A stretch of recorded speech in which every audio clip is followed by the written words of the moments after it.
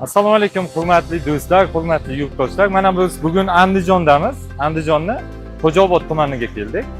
Turboplast korxonasi tomonidan ishlab chiqarilgan mahsulotlarni bu yerda ham sevib olishyapti, ishlatishyapti. O'ylaymanki, olgan narsalaridan baraka topishyapti. Xudo xohlasa, biz bu yerga tomchilab sug'orish filtrlari, tomchilab sug'orish lentalarini, lifeletlar yetkazib bergandik. Bularni ishlash jarayonini bugun siz bilan birgalikda ko'rib chiqamiz. Biz bilan qolasiz va biz bilan kuzatib borasiz degan umiddamiz. Marhamat. Qadrli do'stlar, bu yerda ko'rib turganingizdek 800 kubalik filtrlarimiz o'rnatilgan. Bularda ishlash jarayoni hozirgi kunda yaxshi, ish holati mana ko'zingiz ko'rib guvohi bo'lishingiz mumkin. Fermerimizda aytishlaricha hali muammolari yo'q, ishlashlari yaxshi. Lentalarimizda ham suv bosimi yaxshi holatda hozir.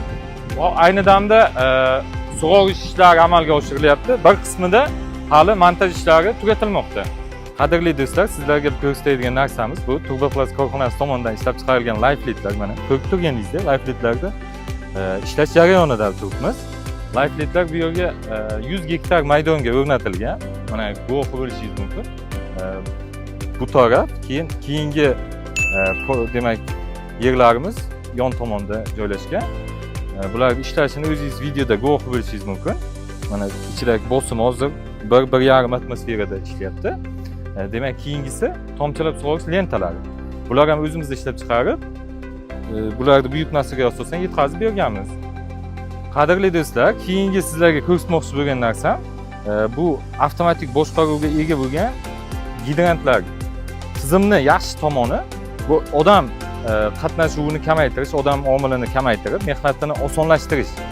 Bu bemalol soyada o'tirib turib telefonda bemalol boshqarishingiz mumkin bo'lgan bu tizimlar.